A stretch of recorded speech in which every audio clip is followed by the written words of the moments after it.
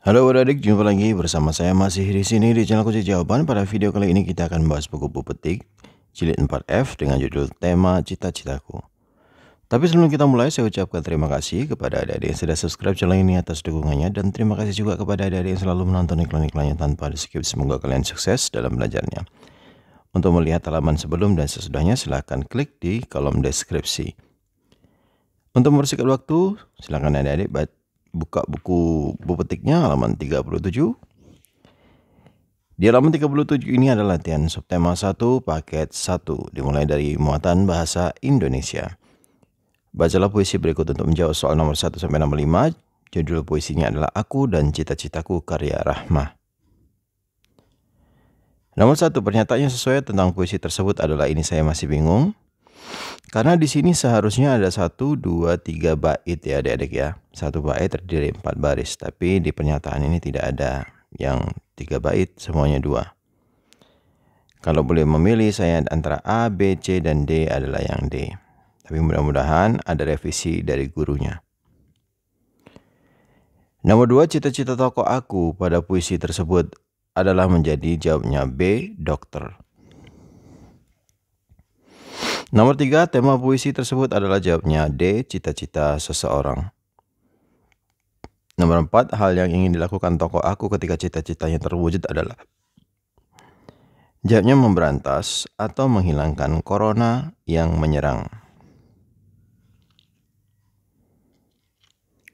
Nomor 5, tulislah isi puisi tersebut. Jawabnya berisi tentang cita-cita seseorang untuk menjadi dokter agar corona tidak lagi menyerang. Nomor 5, IPA. Nomor 5, IPA. Nomor 1, IPA. Perhatikan gambar berikut ini, ada kumbang tanduk.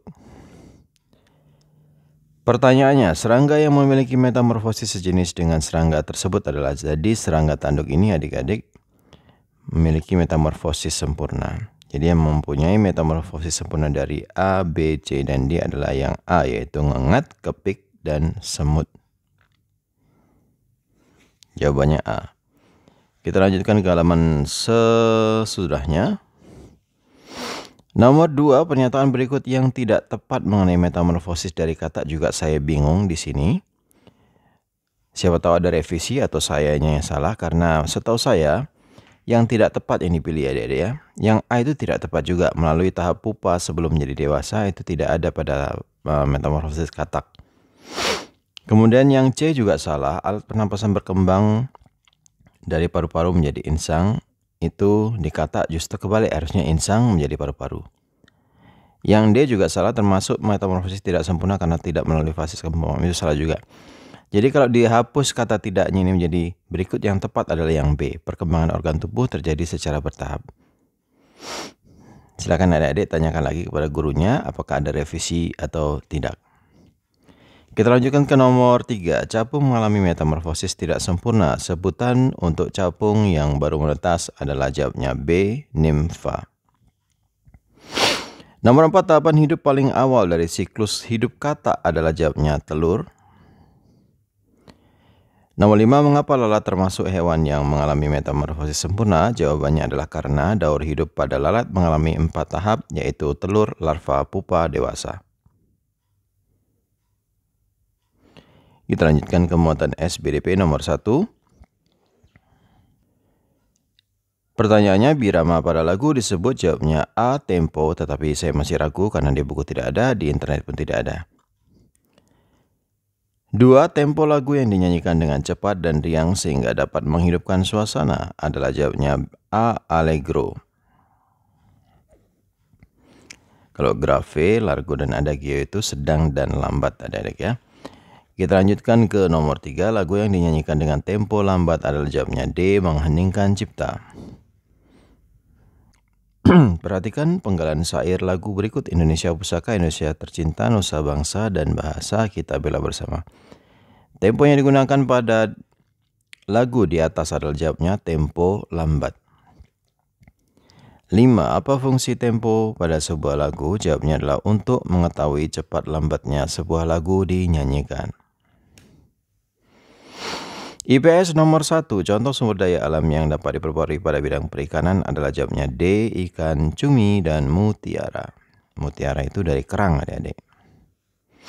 Nomor 2, perhatikan gambar berikut. Ada gambar seseorang yang sedang di sawah. Pertanyaannya dari sini, potensi sumber daya alam yang ada pada lingkungan alam tersebut adalah jawabnya A, padi. Nomor 3, perhatikan gambar berikut ini. Ada gambar pohon kapas. Sumber daya alam di atas dimanfaatkan sebagai jawabnya adalah B, bahan pembuat pakaian. Nomor 4, mengapa kita harus menggunakan minyak bumi dengan bijak? Jelaskan jawabannya. Karena minyak bumi termasuk SDA yang tak dapat diperbarui. Nomor 5, tulislah 5 sumber daya alam yang dapat diperbarui di wilayah dataran rendah. Jawabannya adalah padi, jagung, air, ikan, kedelai. Di bawahnya ada PKN. Nomor 1, perhatikan kegiatan-kegiatan berikut. 1, belajar bercocok tanam bersama ayah dan ibu. 2, membaca buku tentang jenis dan cara merawat tanaman. 3, mengamati pertumbuhan tanaman yang ada di sekitar lingkungan sekitar. Kegiatan-kegiatan tersebut akan memudahkan kita untuk meraih cita-cita. Sebagai jawabnya adalah D, ahli tumbuhan. Nomor 2, perhatikan gambar berikut. Ada seorang anak sedang belajar P3K. Manfaat kegiatan yang dilakukan pada gambar adalah jawabnya A, melatih anak agar dapat memberikan pertolongan pertama untuk luka ringan. Nomor 3, tulislah 3 cara yang dapat dimiliki seseorang anak yang tinggal di wilayah pegunungan. Cita-citanya menjadi pekebun, peternak sapi perah, pemandu wisata. Harus bisa bahasa Inggris ya, yang pemandu wisata. Karena wisatanya bisa wisatawan lokal atau wisatawan luar negeri. Nomor 4, Linda gemar menggambar. Tulislah 3 cita-cita yang mungkin dapat Linda miliki. Yang berhubungan dengan menggambar itu ada perancang busana, ada pelukis, ada perancang bangunan atau arsitek. Kalau perancang busana, desainer. Nomor 5, amatilah gambar berikut. Banyak pekerjaannya ya adik-adik ya. Pertanyaannya, A, keragaman kegiatan masyarakat yang tampak pada gambar adalah keragaman pekerjaan. B, bagaimana sikap masyarakat terhadap keragaman tersebut? Jawabnya saling menghargai. C, apa saja manfaat adanya beragaman kegiatan tersebut? Jawabnya adalah agar bisa saling melengkapi dan memenuhi kebutuhan hidup.